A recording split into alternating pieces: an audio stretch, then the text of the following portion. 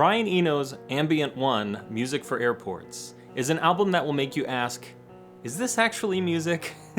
We're going to focus on that question throughout this video as I talk through my thoughts about the album. When Ambient 1 came out in 1978, it was panned by many as boring, lacking focus, and self-indulgent. My friend James bought it a few years ago and said, "This is the album I most regret purchasing ever." And he's happy to mail his copy to anyone who wants it, so just leave a comment. Yet music critics today call it a genre-defining, breakthrough landmark release. Well, of course they do, right? Critics rarely get it right the first time. Well, I asked on social media whether Ambient 1 is music, and the results were pretty interesting. Very few people spoke about it as music or songs or anything, but rather an experience or an inspiration. Here's what you all had to say. John Lybrook said, "I was taken by the slow transitions when I first heard this. I liked how it hung in the air and gently changed the mood and color of the room as it went." Sharon Baker, Club Weird member and moderator, said, "I thought it was very subtle, and it took a few weeks to really get what was happening. It's a work of genius." Musician Alfredo Ovalles said, "This is one of the most beautiful works in recorded history. I've learned so much about space and breathing in music from it." Misha Penton, a futuristic opera singer we recently interviewed, said, "I love the concept that changing the sonic atmosphere of an environment will change our experience of the place and our relationship to it." Ambient 1 is considered the first official ambient music album, but I think it's more fair to say that it's the first ambient album that brought the concept to the mainstream and got people talking. Or better yet, the first album to be ambient on purpose. And that's pretty cool. I mean, maybe you think it's music, maybe you don't. Leave a comment either way. But personally, I really enjoy this album. But despite listening to it at least 20 times these past few weeks, I can't say I remember anything important about it. Not only does the album fade completely into the background, but it is so uninteresting that it makes me wonder whether it's just musical sounds or something impersonating music. It's remarkably unremarkable.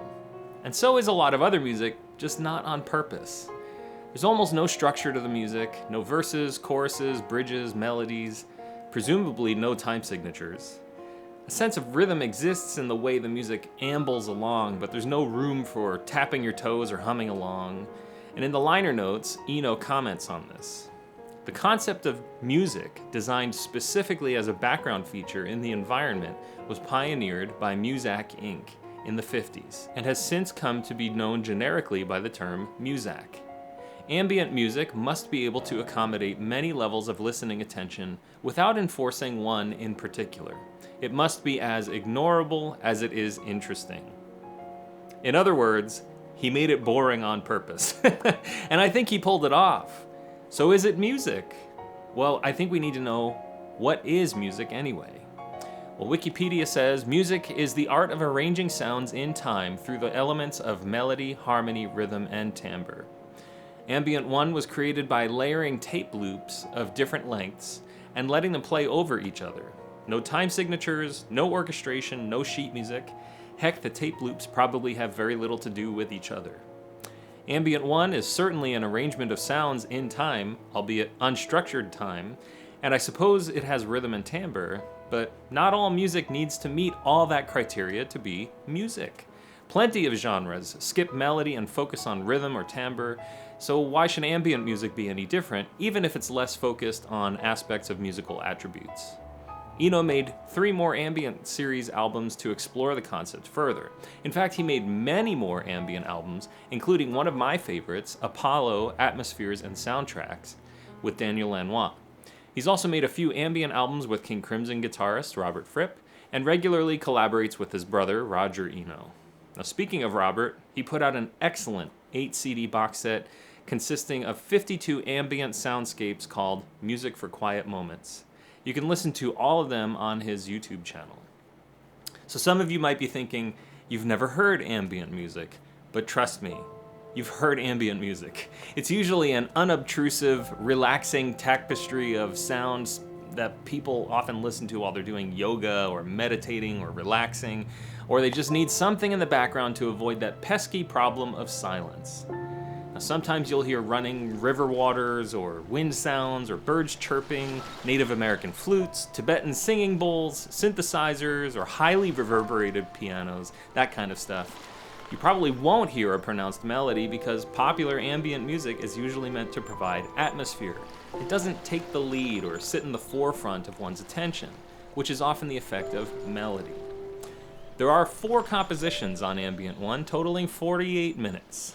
The first one is built upon an extended piano loop played by Robert Wyatt of Soft Machine. As far as I can tell, it contains a pad synthesizer track and a vibraphone track and maybe another synth track. It's very pleasant and somewhat cheerful with very little musical tension in its 17 minutes. The second piece sounds like it's all sampled voices or a choir patch on a synth. It's only a little eerie in the same way the movie 2001 is eerie. There's plenty of tension that never resolves, but it also never gets uncomfortable, almost like storm clouds that never drop rain. Now this piece is 9 minutes long. The third piece has at least 2 piano tracks plus the same choir patch from the previous piece. This one's a bit more melancholic, not overtly sad, but not as pleasant as the first piece, and it's 12 minutes long. And the fourth and final piece is another synth track that's back to being pleasant, with no moments of tension. This piece is almost 10 minutes, and the only instruments with any attack on the entire album are the piano and vibraphone. Every other sound fades in and out. I really enjoy a lot of ambient music, but it's a strange genre. Like, what is it? Where did it come from? Devin Townsend joked with me that it's just a guy sleeping on a synthesizer. He also called it watercolor music that fades from one color to another, which got me wondering if it's the musical equivalent of an impressionist painting, which uses smudges of color to loosely articulate something in the real world. And that got me thinking, where did ambient music come from? I mean, Brian Eno's a very creative person, but I was skeptical that he invented it with this record in 1978, especially knowing John Cage composed 4 minutes 33 seconds in the early 1950s. And was 4:33 considered ambient music? Was he the first? Did one person invent this, or did it evolve from something else? I did a lot of reading to explore the precursors to Ambient 1, and here's what I found. The reality is that Eno did not invent ambient music. He was absolutely inspired by composers like John Cage and Terry Riley, who explored tape loops in the 1950s and 60s. Riley called his method time lag accumulation and did a lot of open-ended sound exploration with it. Then there are other artists like Pauline Oliveros, and just as Eno coined the term ambient music, she coined terms like deep listening and sonic awareness, even running retreats to, quote, inspire both trained and untrained performers to practice the art of listening and responding to environmental conditions in solo and ensemble situations. I highly recommend her 2004 interview in Tape Op magazine, where she goes into some depth about how all of her contemporaries explored sound, ambience, and tape loops in the 50s and 60s. Then there's the work of Raymond Scott and his 1962 ambient album, Soothing Sounds for Babies, which is not a fake-out title. It's actually 3 volumes of music to help lull infants to sleep. There's a lot of mention of Eric Satie's 1917 furniture music, or furnishing music, as the earliest precursor to ambient music. Now, I listened to a lot of these pieces, and none of them struck me as particularly ambient, but they are likely the first examples of background music. These pieces may have been melodically subdued, but didn't explicitly do away with rhythm or structure. The intention of the music was to sit in the background, but it wasn't so easy for me to ignore what I was hearing. As Club Weird member Andrew Beals told me, as a musician, you are going to listen to it and pick it apart to some extent. It's your nature. So I'll buy that Satie's furniture music was a spiritual influence and perhaps a direct musical influence, but my nature may be in the way of that recognition. Andrew also pointed me to what's probably Satie's most famous piece, Gymnopédie, which is part of a set of atmospheric pieces that, according to Wikipedia, are regarded as an important precursor to modern ambient music. The next mention of a precursor is something called musique concrète, which is largely experimental tape recordings combining sound and music. Now, surprisingly enough, I found a playlist created by Spotify's actual brand account in May 2021. It has over 7 hours of music, or rather sound collages. Frank Zappa did a lot of similar work on various albums like Uncle Meat and We're Only in It for the Money. But there's a ton of really interesting music on this playlist that clearly inspired bands like Mr. Bungle and it's very clear this genre did away with rhythm and melody altogether. Now, a lot of this musique concrète stuff is busy, loud, and biting. It's not a lot of the mellow, laid-back, woo-woo music deserving of yoga pants and crystal sound baths.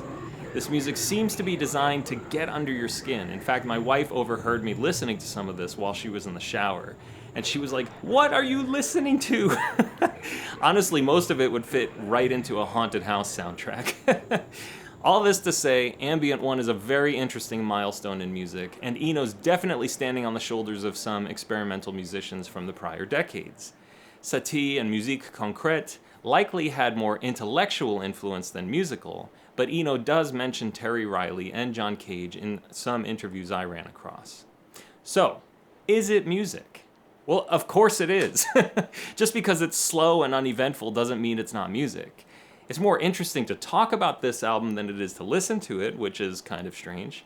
But our good friend Andre Chumley made this poignant remark. Humans have some global history of music that is intentionally stripped of rhythm and depending only on one note or two.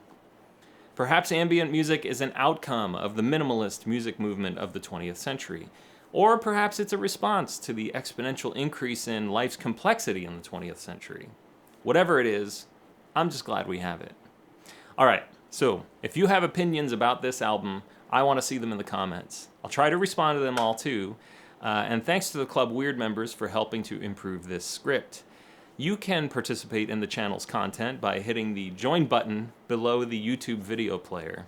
And I would really appreciate it because I literally ran out of money last week.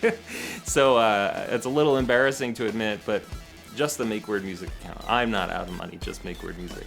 Anyway, it's $3 a month. It helps support the channel and helps fund, hardware and other failures that come up when your hardware fails and then you're suddenly buying new audio interfaces you can't afford. Anyway, thanks so much for watching this video, and if you enjoyed it, just let me know. Please hit the like button and tell the algorithm you want people to hear more about ambient music and Brian Eno. Thanks.